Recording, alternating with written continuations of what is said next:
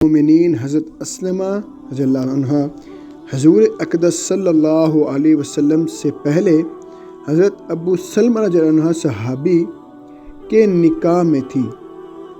دونوں میں بہت ہی زیادہ محبت اور تعلق تھا، جس کا اندازہ اس قصے سے ہوتا ہے کہ ایک مرتبہ ام سلمہ رضی اللہ عنہ نے ابو سلمہ رضی اللہ عنہ سے کہا کہ میں نے یہ سنا ہے کہ اگر مرد اور عورت دونوں جنتی ہوں اور عورت مرد کے بعد کسی سے نکاح نہ کرے تو وہ عورت جنت میں اسی مرد کو ملے گی، اسی طرح اگر مرد دوسری عورت سے نکاح نہ کرے تو وہی عورت اس کو ملے گی۔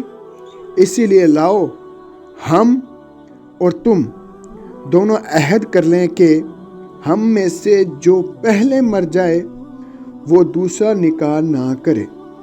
ابو سلمہ رضی اللہ عنہ نے کہا کہ تم میرا کہنا مان لو گی؟ ام سلمہ نے کہا کہ میں تو اسی واسطے مشورہ کر رہی ہوں کہ تمہارا کہنا مانوں۔ ابو سلمہ نے کہا کہ تو میرے بعد تم نکاح کر لینا۔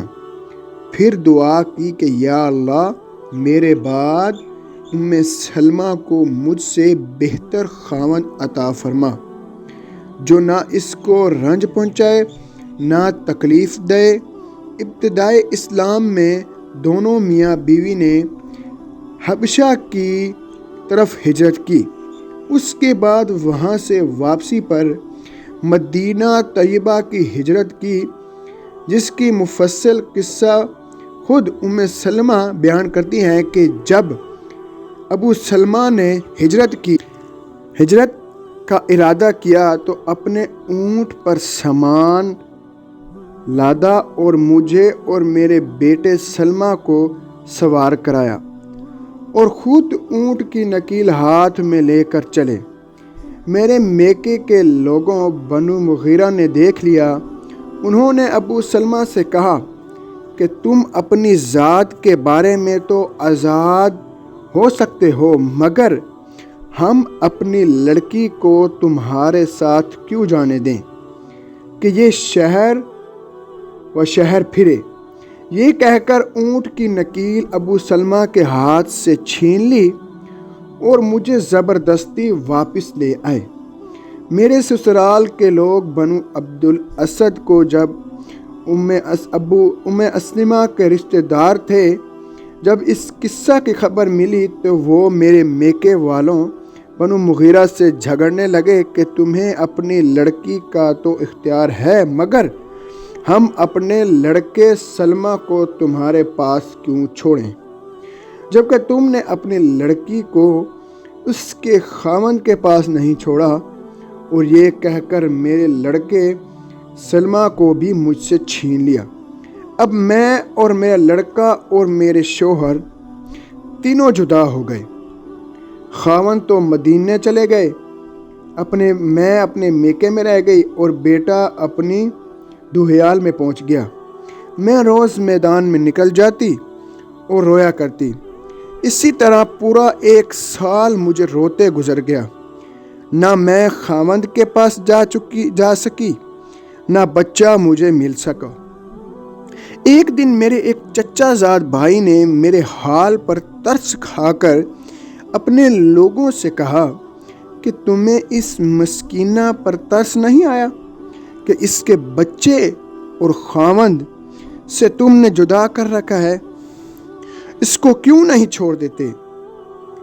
غرض میرے چچا زاد بھائی نے سن کر اس بات پر ان سب کو راضی کر لیا۔ انہوں نے مجھے اجازت دے دی کہ تو اپنے خاوند کے پاس جانا چاہتی ہے تو چلی جا۔ یہ دیکھ کر بنو عبد الاسد نے بھی لڑکا دے دیا۔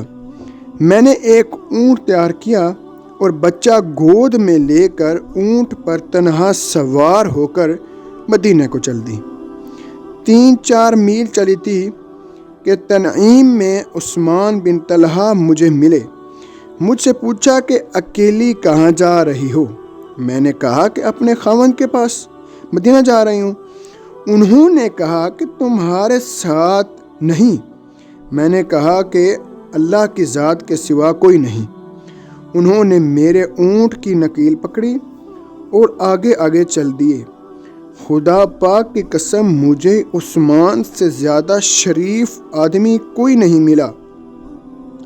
جب اترنے کا وقت ہوتا وہ میرے اونٹ کو بٹھا کر خود علیحدہ درخت کی آڑے میں ہو جاتے، پھر میں اتر جاتی اور جب سوار ہونے کا وقت ہوتا اونٹ کو سامان وغیرہ لاد کر میرے قریب بٹھا دیتے، اس پر سوار ہو جاتی اور وہ آ کر اسی نکیل پکڑ کر آگے آگے چلنے لگتے۔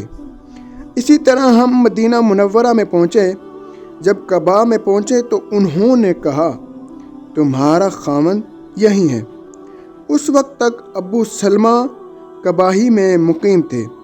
عثمان مجھے وہاں پہنچا کر خود مکہ مکرمہ واپس ہو گئے۔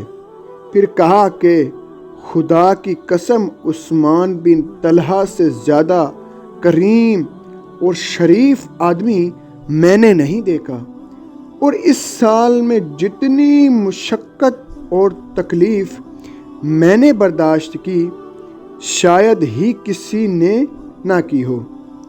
اللہ پر بھروسہ کی بات تھی کہ تنہا ہجرت کے ارادہ سے چل دیں۔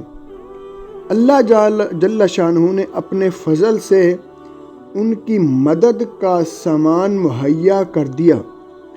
جو اللہ پر بھروسہ کر لیتا ہے اللہ جل شانہ اس کی مدد فرماتا ہے۔